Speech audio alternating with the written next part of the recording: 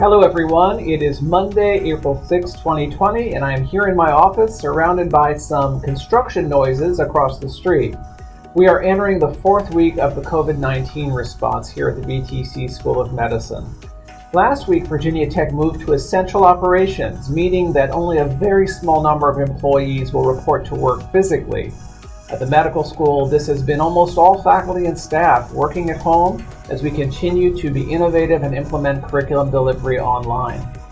As I mentioned at the close of last week's video, this week will focus on helpers in our community.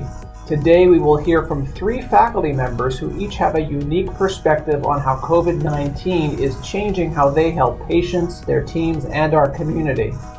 First up is Dr. John Sweet, Associate Professor in the Department of Medicine and a specialist in hospital medicine.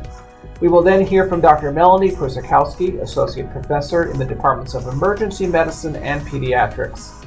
And our third speaker will be Tracy Criss. Dr. Criss is Associate Professor in the Department of Psychiatry and Behavioral Medicine. All 3 of these physicians lead important educational and administrative programs in our medical school, Carilion Clinic, or both. But today, they are focusing exclusively on what they are noticing on the front lines of healthcare during the pandemic. My current role is core faculty member with the internal medicine residency. Specifically, for the past 13 days, I have served as attending physician for 8 South Radius at Roanoke Memorial Hospital, which is now exclusively for patients with COVID-19 and patients under investigation for this illness. We're all being quite flexible in this unprecedented time. We are adapting to new workflows. We are ironing out the wrinkles of our triage, treatment, and disposition processes, and we're becoming masters of donning, doffing, and conserving PPE. I've been impressed by the resilience and collaboration of the nurses, residents, staff, and physicians. Now more than ever, we are putting our patients in this crisis first, even as some healthcare workers are unfortunately being exposed and infected with COVID-19.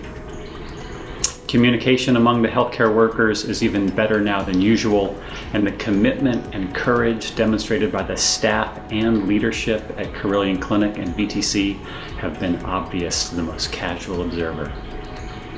We greatly miss the 3rd and 4th year BTC students and our usual schedule of academic conferences. The medical students keep us sharp, ask great questions, and improve patient care through their compassion, curiosity, presence with the patients, and research of current literature and guidelines.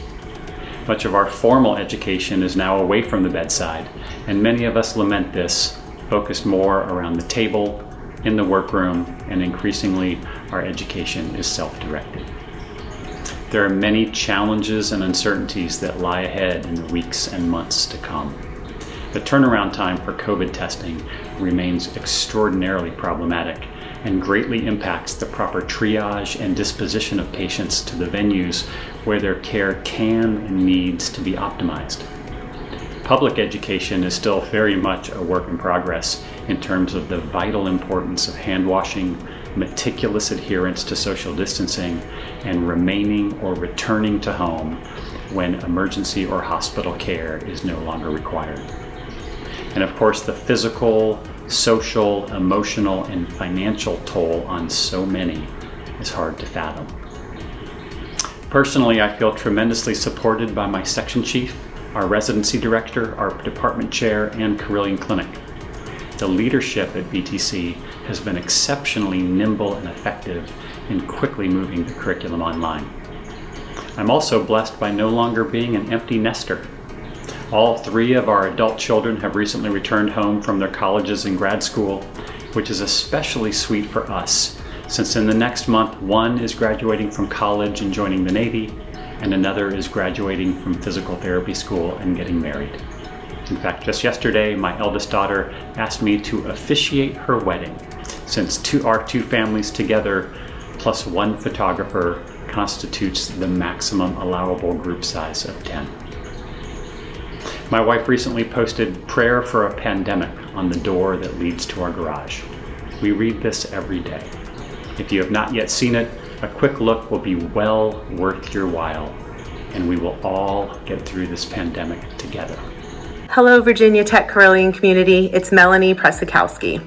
We are living and working in unprecedented times.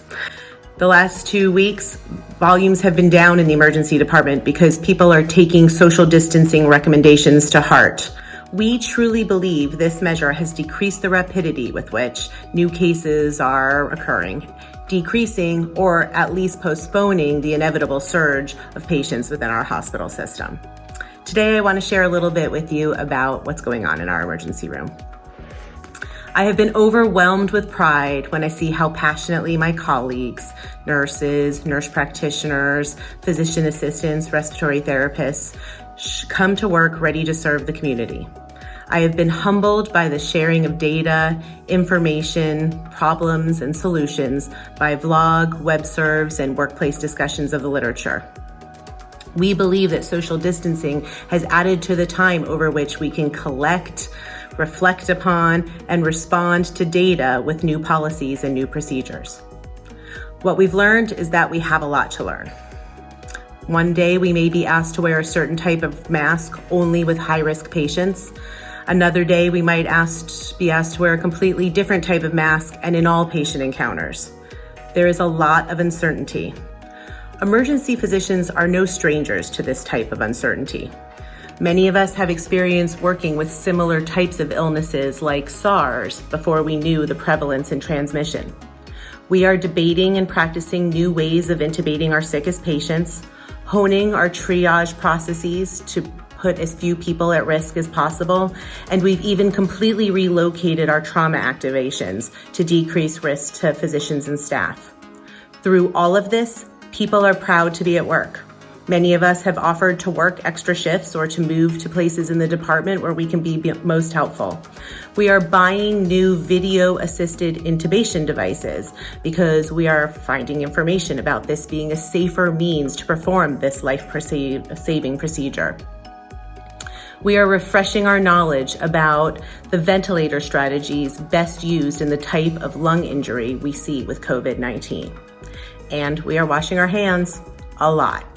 We are showering as soon as we get home. We are taking advantage of the good weather when we're not working, reading good books, saying powerful prayers, and visiting with friends online in venues like this to say how much we love being a part of and serving the Virginia Tech Carilion community. Hi everyone, Tracy Chris here. Just wanted to give an update on seeing patients during the COVID-19 situation. I last saw a patient in person on March 18th when I saw a patient in the hospital and did electroconvulsive therapy for that patient. I have been seeing patients on the phone for the last 2 weeks and including starting today, and that has gone well. I really have two main areas of focus. One is just checking in on them like I would during a regular visit in person, and I assure them that I'm looking at their chart and I'm listening and everything is just like it would be if we were in the office, except it's on the phone. And I also ask them how are they doing during this particular situation, and I want to know how their stress level is being handled during this time. So those are the two things that I really focus in on when I'm doing these telephone conversations. And I let them know to call whenever they need to, and I really just want them to know that at that time we're here for them and we're here to really provide care and comfort for them. So that's what I've been doing in the world of psychiatry, and I hope everyone's doing well, and try to keep your schedule as normal as possible, which isn't very possible right now, but remember that life is really like a square, and take care of your physical, mental, emotional, and spiritual self in order to keep yourself in balance. Thanks much. Take care, everybody. Bye-bye.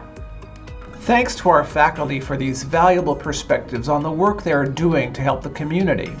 We deeply appreciate them and their coworkers and many other unsung heroes in our community at this time. We will continue the theme of helpers next week with perspectives from residents and some of our students who are working to support the healthcare community. I know for many, this week would have normally meant the kids were off for spring break. And for those who celebrate, preparations were underway for Passover and Easter celebrations. While certainly different from previous years, I still wish each of you a peaceful and renewing Passover or Easter holiday, perhaps now more than ever. Dr. Sweet referenced that his wife posted a prayer for a pandemic on the door leading to their garage. I thought I would share this as our close this week. Prayer for a Pandemic by Cameron Bellum. May we, who are merely inconvenienced, remember those whose lives are at stake. May we, who have no risk factors, remember those most vulnerable. May we, who have the luxury of working from home, remember those who must choose between preserving their health or making their rent. May we, who have the flexibility to care for our children when their schools close, remember those who have no options.